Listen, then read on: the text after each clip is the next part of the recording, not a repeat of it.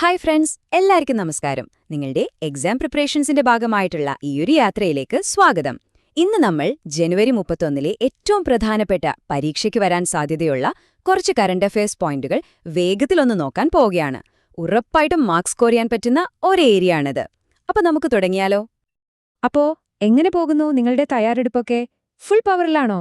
ഈ ചോദ്യം നിങ്ങൾ സ്വയം ഒന്ന് ചോദിച്ചു നോക്കുക. നിങ്ങളുടെ സ്വപ്ന ജോലിയിലേക്കുള്ള വഴിയിൽ ഈ അടുത്ത കുറച്ച് നിമിഷങ്ങൾ എന്തായാലും ഒരു മുതൽക്കൂട്ടായിരിക്കും. അത് ഞാൻ ഉറപ്പു തരുന്നു. ഓക്കേ, അപ്പൊ നമ്മുടെ മിഷൻ ക്ലിയർ ആണ്. ഒട്ടും സമയം കഴിയണ്ട, നമുക്ക് നേരെ വിഷയത്തിലേക്ക് കടക്കാം. എപ്പോഴും നമ്മൾ പഠിച്ചു തുടങ്ങുമ്പോൾ നമ്മുടെ അടുത്തുള്ള കാര്യങ്ങളിൽ നിന്ന് തുടങ്ങുന്നതാണ് ഏറ്റവും നല്ലത്. അതുകൊണ്ട് നമ്മുടെ സ്വന്തം കേരളത്തിലെ ഏറ്റവും പുതിയ വിശേഷങ്ങളുമായിട്ട് തന്നെ തുടങ്ങാം. യെസ്, അപ്പോൾ നമ്മുടെ പഠനം എപ്പോഴും നമ്മൾ വീടിന്റെ ഉമ്മറത്ത് നിന്ന് തന്നെ തുടങ്ങുന്നു. കേരളത്തിൽ ഇപ്പോൾ നടക്കുന്ന പ്രധാന സംഭവവികാസങ്ങൾ എന്തൊക്കെയാണെന്ന് നമുക്ക് ആദ്യം തന്നെ നോക്കാം. ഇത് പരീക്ഷയ്ക്ക് മാത്രമല്ല, നമ്മുടെ നാടിനെപ്പറ്റി അറിയാനും നല്ലതല്ലേ? എന്താണ് ഈ അഗ്രിടെക് മിഷൻ? സിമ്പിളായി പറഞ്ഞാൽ നമ്മുടെ കർഷകർക്ക് ഒരു ഡിജിറ്റൽ സൂപ്പർ പവർ കൊടുക്കുന്ന പരിപാടിയാണിത്. കൃഷിയെ ടെക്നോളജി ഉപയോഗിച്ച് അടുത്ത ലെവലിലേക്ക് കൊണ്ടുപോകാനുള്ള ഒരു പദ്ധതി. ഗവൺമെന്റ് സ്കീമുകളുടെ ഭാഗത്തുനിന്ന് ചോദിക്കാൻ കൊള്ളാവുന്ന ഒരു കിടിലൻ ചോദ്യമാണിത്. അപ്പോ പേര് മറക്കണ്ട, അഗ്രിടെക് മിഷൻ. ഈ നമ്പർ കണ്ടോ? 66. ഇതൊരു വെറും അക്കമല്ല കേട്ടോ. പരീക്ഷയ്ക്ക് ചോദ്യങ്ങളിടുന്നവർക്ക് ഇത്തരം നമ്പറുകളോട് ഒരു പ്രത്യേക ഇഷ്ടമുണ്ട്. പ്രധാനപ്പെട്ട പരിപാടികളുടെ എത്രാമത്തെ എഡിഷനാണ് എന്നൊക്കെ ചോദിച്ച് നമ്മളെ കൺഫ്യൂഷനാക്കുന്നത് അവരുടെ ഒരു ഹോബിയാണ്. അപ്പൊ ഈ 66 എന്ന മാന്ത്രിക സംഖ്യ മനസ്സിൽ കുറിച്ചു വെച്ചോളൂ. അതെ, ആ വേദി നമ്മുടെ മലപ്പുറമാണ്. ഓർത്തുവെക്കേണ്ട കോംബോ ഇതാണ്: 66ാമത് കലോത്സവം, വേദി മലപ്പുറം. ഇതൊരു ക്ലാസിക് PSC ചോദ്യത്തിന്റെ ഫോർമാറ്റാണ്. ഒരു കാരണവശാലും മറന്നുപോകരുത്. 66ാമത് കലോത്സവത്തിന് വേദിയാകുന്നത് മലപ്പുറമാണ്. ഇനി സാഹിത്യലോകത്തെ 2 അതികായന്മാർക്കാണ് ഇത്തവണത്തെ കേരള സാഹിത്യ അക്കാദമി ഫെലോഷിപ്പ് കിട്ടിയിരിക്കുന്നത്.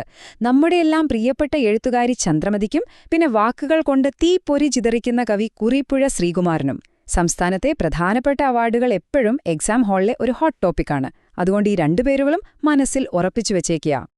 കേരളത്തിലെ ഭരണരംഗത്ത് ഒരു ഡിജിറ്റൽ വിപ്ലവം, അതാണ് K-സ്മാർട്ട്. ഇനി സർക്കാർ സേവനങ്ങളെല്ലാം നമ്മുടെ വിരൽ തുമ്പിലെത്തും.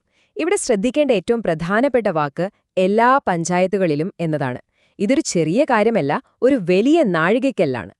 ശരി, അപ്പോൾ കേരളത്തിലെ ഈ ഡിജിറ്റൽ മുന്നേറ്റത്തിൽ നിന്ന് നമുക്ക് നേരെ ദേശീയ തലത്തിലേക്ക് പോകാം. ഓക്കെ, കേരളത്തിൽ നിന്നും നമുക്കിനി ഇന്ത്യയുടെ വിശാലമായ ക്യാൻവാസിലേക്ക് കടക്കാം. രാജ്യത്തിന്റെ പല ഭാഗങ്ങളിലായി നടക്കുന്ന നമ്മുടെ പരീക്ഷകൾക്ക് വളരെ വളരെ പ്രധാനപ്പെട്ട ചില സംഭവങ്ങൾ എന്തൊക്കെയാണെന്ന് വേഗത്തിൽ നോക്കാം. ഇവിടെ 2 കാര്യങ്ങൾ ഒരുമിച്ചോർക്കണം. ഒന്ന്, നമ്മുടെ തീരസംരക്ഷണ സേന, അതായത് ഇന്ത്യൻ കോസ്റ്റ് ഗാർഡ്.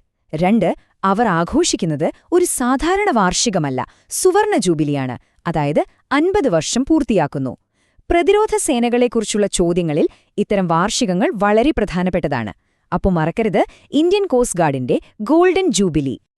ഒരുപക്ഷെ നമ്മൾ ഇന്ന് ചർച്ച ചെയ്യുന്നതിൽ വെച്ച് ഏറ്റവും പ്രധാനപ്പെട്ട നിയമനം ഇതായിരിക്കും. പൊളിറ്റി ഭാഗത്തുനിന്ന് ഉറപ്പായും പ്രതീക്ഷിക്കാവുന്ന ഒരു ചോദ്യം.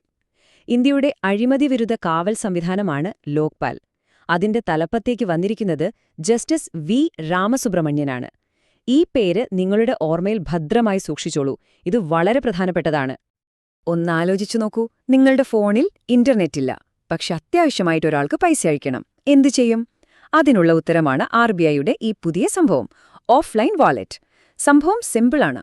നമ്മുടെ പോക്കറ്റിൽ കാശ് വെക്കുന്നത് പോലെ ഫോണിലൊരു ഡിജിറ്റൽ വാലറ്റ്. ഇന്റർനെറ്റ് കട്ടായാലും പേയ്മെന്റ് മുടങ്ങില്ല. എക്കണോമിക്സ് ഭാഗത്തുനിന്ന് ചോദിക്കാവുന്ന ഒരു കിടിലൻ പോയിന്റാണിത്.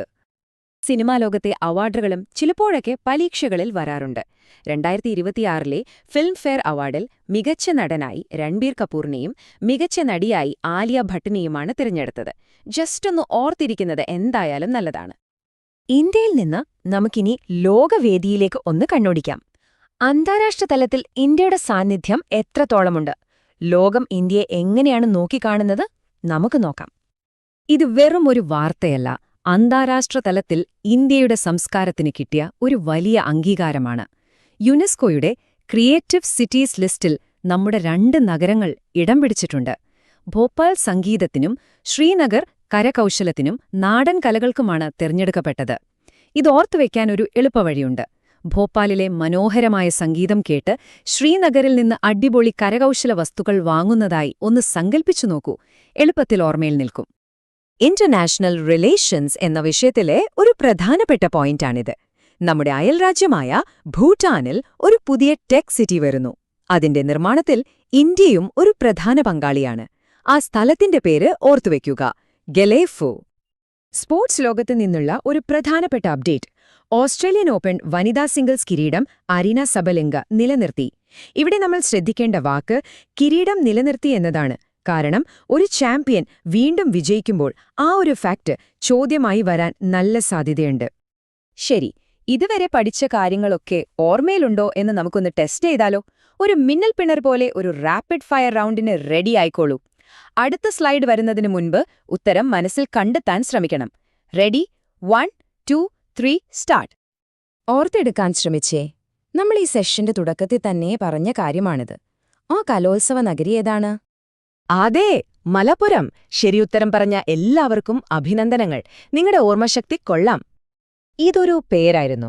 വളരെ പ്രധാനപ്പെട്ട ഒരു നിയമനം. ഓർമ്മയുണ്ടോ ആ പേര്? Yes, justice V Ramasubramanian. ഈ പേര് പരീക്ഷാ ഹാളിൽ 1 മാർക്കായി മാറാൻ എല്ലാ സാധ്യതയുമുണ്ട്. ഇതൊരു 5 സ്റ്റാർ പോയിന്റായിട്ട് തന്നെ മാർക്ക് ചെയ്തു വെച്ചോളൂ. നമ്മുടെ അവസാനത്തെ ചോദ്യം ഇതൊരു പേരല്ല, മറിച്ച് നിങ്ങളുടെ കോൺസെപ്റ്റ് എത്രത്തോളം ക്ലിയർ ആണെന്ന് അറിയാനുള്ള ഒരു ചോദ്യമാണ്. എന്തായിരുന്നു ആ പുതിയ ടെക്നോളജിയുടെ പേര്? ശരിയുത്തരം ഓഫ്ലൈൻ വാലറ്റ്. ഈ റാപ്പിഡ് ഫയർ റൗണ്ട് അടിപൊളിയായി പൂർത്തിയാക്കിയ എല്ലാവർക്കും ഒരു ബിഗ് ക്ലാപ്പ്. നിങ്ങൾ നന്നായി തന്നെ ഈ കാര്യങ്ങൾ ശ്രദ്ധിച്ചിട്ടുണ്ട്. ഈ ഒരു ചോദ്യത്തോടെ നമ്മൾ ഇന്നത്തെ ഈ ഒരു സെഷൻ അവസാനിപ്പിക്കുകയാണ്. നമ്മൾ സംസാരിച്ച ഓരോ പോയിന്റും നിങ്ങളുടെ വിജയത്തിലേക്കുള്ള ഓരോ ചവിട്ടുപടിയാണ്.